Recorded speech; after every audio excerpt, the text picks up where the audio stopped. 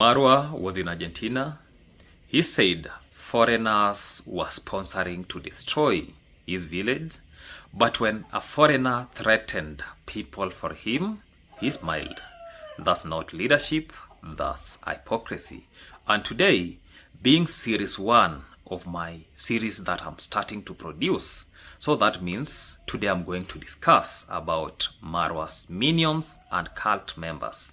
That being that, let me make a deep analysis. But before that, let us watch this clip, then we dive deep. I'm going to work with the American embassy to make sure we see who sends money to these people for conspiracy, because it is an international crime. Actually, it's a terrorism organization. When you send money to other people purely to disturb other people, you are sponsoring terrorism. And this guy called Fanta, I'm telling you, before God, Fanta, we will get you information and we will see. That one, just know. You cannot be sponsoring terrorism in a village. People taking machetes, they want to cut other people in the name of reaction. And we will announce you to the American, and I'm telling you, the US does not play around when it's, and he knows. And I have people in America who can help me. Serious people who can help. Even I have a friend of mine whose daughter is an FBI. And they have told me before, Maro, we can do something for you. I said, no, leave these people alone. And I'm telling you, if you are an American and you keep sending money to Africa to go and destabilize other people's community and bring chaos, your day shall come. There comes a moment when silence becomes complicity. And today, I'm choosing not to be silent. Ladies and gentlemen, welcome back to another video in this amazing YouTube channel that goes by the name Maxwell Lumumba Africa. Maxwell Lumumba is my name, a village content creator, born and raised in a village setup with no jobs. But at the end of the day, our sustainability will depend on content creation to make a living. That being that, for those who have not subscribed to this amazing YouTube channel, make sure that you subscribe, like, comment, and share this video to other individuals. And remember to turn on the notification bell so that any day, anytime I post any video, you people get updated. Watch the videos till the end without skipping any ads. That being that, I like to take this opportunity to thank all those who have joined the membership. I don't take you people for granted. I'm really appreciating. And for those organic subscribers who usually watch my videos from the beginning to the end, even for you, I don't take you for granted. Let us subscribe for those who are not subscribed. I also have another YouTube channel that goes by the name Vibe with Lumumba, where basically I post my lifestyle videos and village logs. That being that, today's video is not about hate, it is not about personal grudges, and it is not about tearing someone down for entertainment. This is about accountability, this is about consistency, and this is about calling out hypocrisy when it is right in front of us. Let me start by saying this. When Marwa was in Argentina, he made a very strong argument. He said that people from abroad, especially from the US and Canada, were being sponsored to cause chaos in his village. He described the village as once peaceful. He framed outsiders as destabilizers, as people with hidden agendas, and as people importing confusion, conflict, and division. And many people nodded along because on the surface, that argument sounds reasonable. Every community has a right to peace. Every village has a right to protect itself. So far, fair enough. Let me talk now about contradictions. But here is where actually the contradiction starts. While publicly condemning foreigners' influence, while warning about outsiders causing chaos, Marwa simultaneously welcomed, amplified, and encouraged one of the most aggressive foreign voices in his orbit, a man popular known as Chocolate Man, Chocolate Lady, and not quietly, not passively. He was entertained, he was praised, he was given a platform. Let me talk about this. Let me discuss about Chocolate Man statements. Let's slow this down because this part matters. This is Jamaican Canadian Barry, otherwise known as the Chocolate Man on YouTube. And anybody who is an enemy of yours, any part of the world, is an enemy of mine. Wow. I'm telling you, I'm yes. not a poor boy. I am not a poor village boy. Money talk and bullshit walk. Wow. And I will back you to the maximum. Anybody. Yeah. I'm not talking about Woody Maya or Woody this. I said, Marwa family.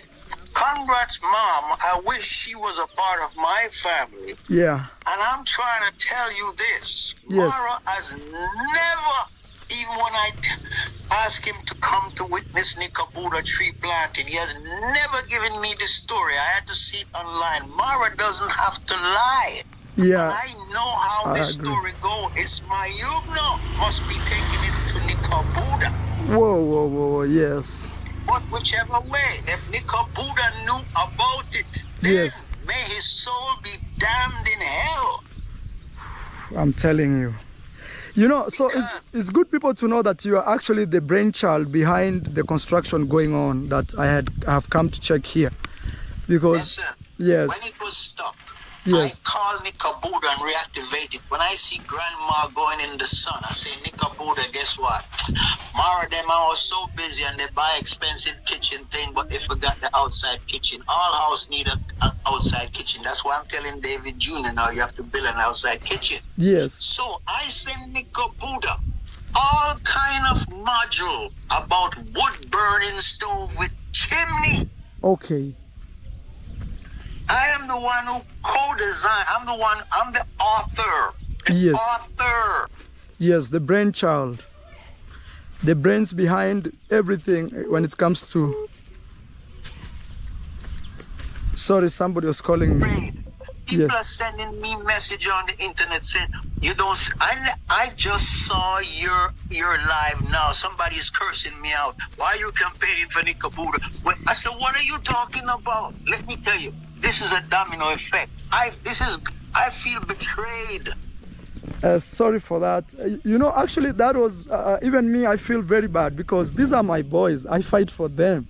I go to wars for them. Not even just small wars, big time wars that are generational wars. They are going to lose all of Marwa's subscriber because I'll be spending the rest of my life campaigning on the internet underneath their comment. They better block me because I've spent $500,000 to make sure that they go in hell. Oh my God.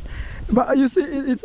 Chocolate Man did not just express support. He made threatening, absolutist statements. He said, anyone who is Marwa's enemy is his enemy. He will go to hell and back for Marwa.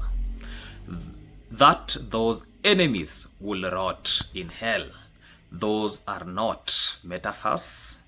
Those are not jokes.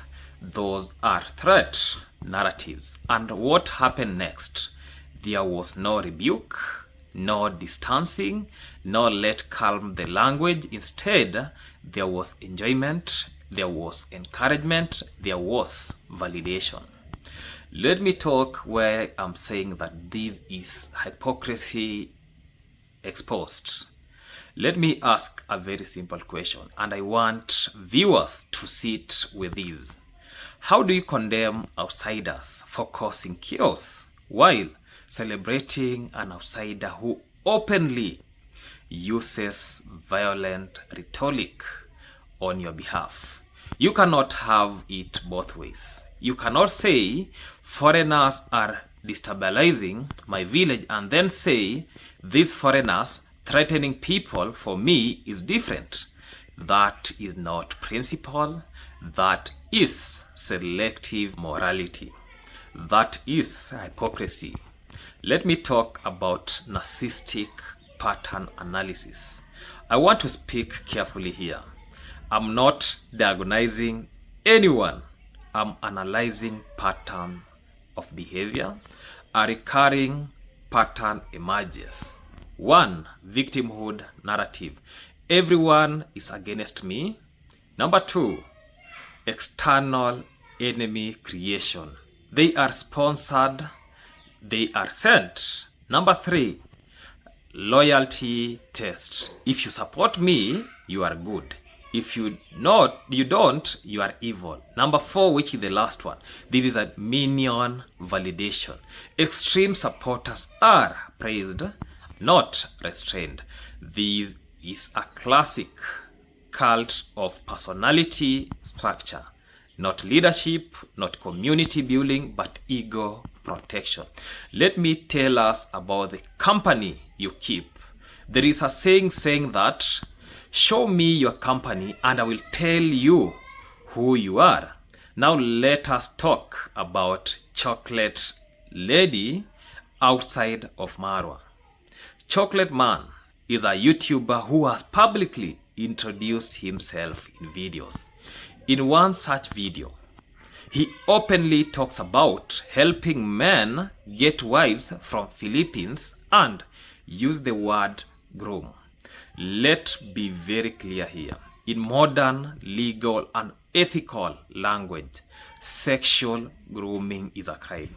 It refers to a manipulating, coercing, or preparing vulnerable individuals, often across borders, for exploitation. Now, I'm not saying that he committed a crime, but I'm saying this.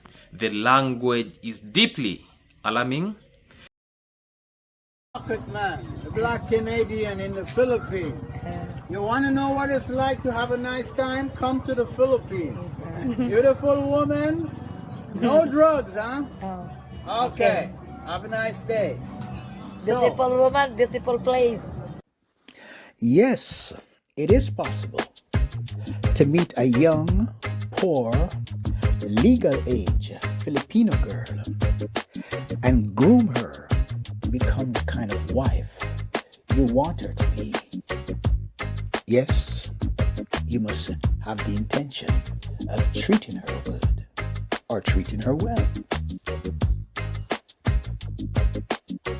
Framing alliance uncomfortable with international exploitation network, and that this is not a harmless joke or poor word choice. Let me talk about complicity by association. When you knowingly associate, platform, and validate people who speak this way, you inherit moral responsibility. Not legal responsibility, moral responsibility, especially when you claim to protect the community, you claim to stand for dignity, you claim moral superiority. Silence becomes endorsement. Laughter becomes approval. Let me talk about actually the double stand laid bare. Let me summarize the contradictions very clear. Outsiders criticizes Marwa, sponsored chaos. Outsiders threatening people for Marwa, loyal supporters. Critics is equals to enemy. Extreme loyalties is equals to hero. And that is not justice. That is a leadership. That is narcissistic favorism. And let me say this. This video is not asking you to hate Marwa. I'm asking you to think, watch the pattern, watch who is protected, watch who is silenced, watch who is allowed to threaten others. Because real leaders de-escalate, they do not outsource intimidation. Real leaders correct their supporters, they do not weaponize them. If your movement survive only by threats, loyalty oaths, and blind devotion, then It was never about the village, it was about you. I have said my piece. The facts are here. The contradictions speak for themselves. Let the audience decide.